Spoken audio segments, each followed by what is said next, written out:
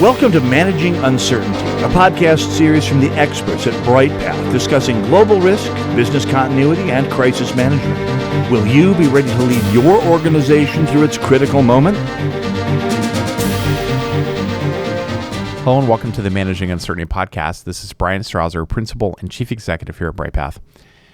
And I want to talk in today's episode about making the case for your business continuity program.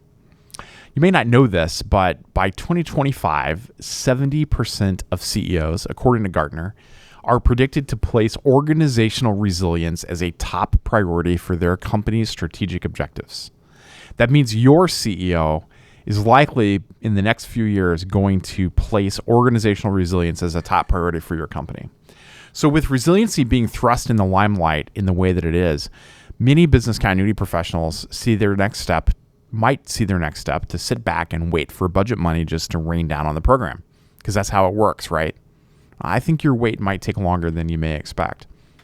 I can't deny it excites me to see our profession gain a new level of visibility and traction as resiliency becomes more important to CEOs. But having spent 21 years in the trenches of corporate America, I know there's a lot of work to be done to get from the idea of a resiliency mandate like this to building a business ecosystem that's prepared to respond to tomorrow's next issue, your next disruption. A lot of that work centers around convincing the people at the top, your C-suite executives, your top management, as the ISO standards call it, and your board of directors to invest money where it's needed. Your board knows what they want strategically, but are they really ready to make that spend in support of your program? So it's your job as a business continuity leader to help them bridge the gap from aspiration to action. And so I want to talk about exactly how to do that. Let's talk about perspective. If you talk to any marketer, they will tell you the key to making the sale is to get deep into the mind of your target audience. What keeps them up at night? What particular challenges and concerns are facing them at the moment? And if they could just press an easy button, the Staples easy button, what does it do? If you can answer those questions, you'll have the insight you need to perfectly position your program, your product or service as the answer to their woes. It's not any different as we think about that when it comes to selling your business continuity program to your executive leaders and board in your organization. The first step is to get buy-in for your business continuity program strategy is to ensure that it ladders up to the organization's overall business objectives. So 4 questions to think about. Do you, as the leader of your program, understand your company's mission, vision, and strategic objectives? What specific initiatives are most important to your company right now? What are the external drivers, contracts, regulatory requirements, impacts to customers and suppliers that most influence your operations? And what products and services are you really trying to protect? And what are the likely impacts of a disruption to your company's ability to deliver upon those things? As the business continuity subject matter expert in your organization, it's really easy to get caught up in the nuances of your work and fail to appreciate that big picture.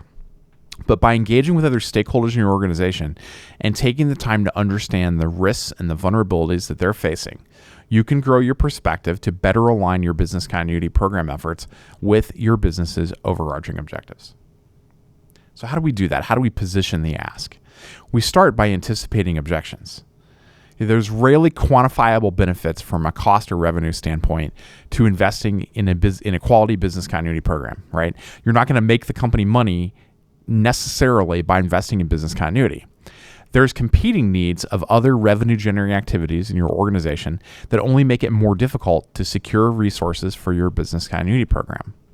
That's why a lot of us may find our pitch shut down with questions like, well, why invest in business continuity versus this revenue-generating capability or technology that I want to fund? Why do we even need to do this? How will this help us achieve our strategic objectives as an organization? And how does this help our bottom line? Or my personal favorite, what's the chance of this thing really happening? Do we really need to prepare for this? Now, hopefully COVID has changed the minds of some CEOs, and we should take advantage of that temporary mind shift that's going on. But these objections are all understandable from a business perspective. Why should your board invest $3 million preparing for something that might never happen when they could spend that $3 million elsewhere and get a tangible return on investment, a positive financial return?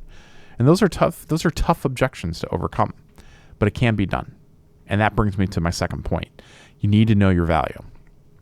Most senior leaders understand that organizational resilience can be improved by a quality business continuity program, but they might not appreciate its value at a more granular level. But there are some unique ways to demonstrate that a tangible return on investment can happen with your business continuity program. First, there are quantitative benefits. Are there direct financial benefits of your business continuity investment? We might not be able to say, yes, this is going to make us money, but cost avoidance might be one example. For example, using technology for business continuity planning might show a 15% reduction in the labor required in your program while also improving your organizational resilience. From a qualitative standpoint, if your company is spendy with its marketing, they'll well understand the importance of reputation and brand to their bottom line. That reputation and the resources poured into building it are all at stake at the hands of a PR-worthy disruption, a reputational crisis. Connect the dots between the two to make a stronger case for your continuity investment. And benchmarking progress. If you don't already have metrics related to process for evaluating your business continuity program, now's the time to start. Do you have the insights that you need to understand the overall maturity of your program, whether your business continuity program is improving over time and in what areas, and how does your business continuity program compare to your peer companies in your industry? Having a proven system that tracks your business continuity program will help you chart your progress and demonstrate your value to others. Other intangible benefits of a good business continuity program are often underestimated. The process can improve transparency and communication amongst teams, strengthen your company's ability to respond proactively and creatively to disruptions.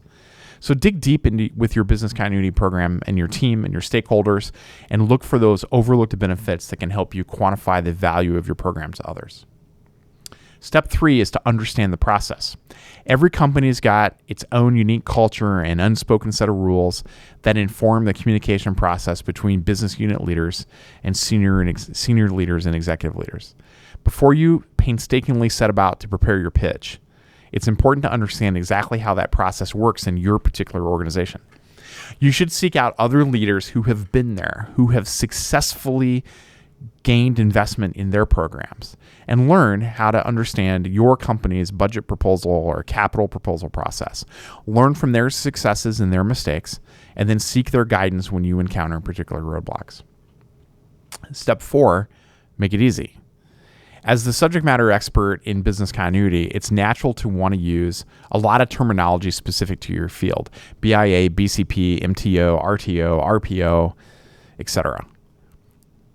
Or you might want to drill down into a lot of graphic level of detail behind your program proposal. But the executive team that you're pitching are not experts in business continuity. They don't understand your jargon. So in the end, that confusion can result in inaction. If you want to get to yes, you need to make it easy for them, your board and your top management, to understand the available options and the steps that you're asking them to take. The next is to think strategically. Even the most experienced business continuity planning leader can fail to get the resources that they ask for. And sometimes it's just a case of bad timing. But more often it's because your program may not be well perceived within the company. And that can be your program and your team. As the leader of your program, do you think your company perceives you as a business partner?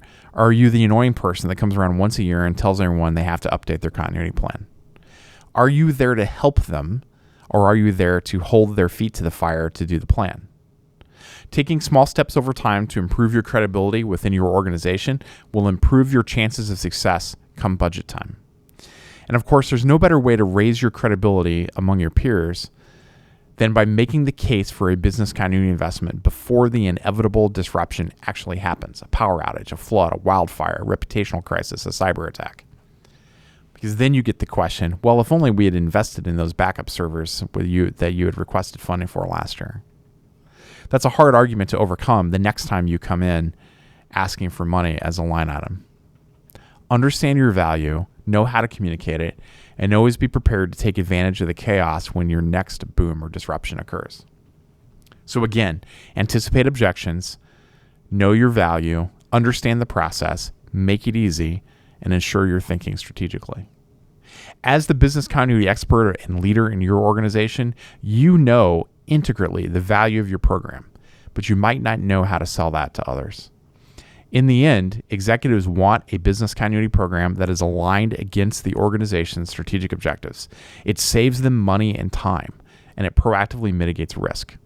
If you want their support, you need to understand their perspective and align your continuity program against company-wide objectives. I hope you found this helpful. That's it for this edition of the Managing Uncertainty podcast. We'll be back next week with another new episode. Be well. Thanks for listening to this episode of Managing Uncertainty, produced by the experts at Bryghtpath. To receive notifications of new episodes, join our newsletter at bryghtpath.com or subscribe through your favorite podcast player, such as iTunes or Google Play. Learn more about the services and trusted advice from Bryghtpath by visiting bryghtpath.com. That's BRYGHTPATH.com.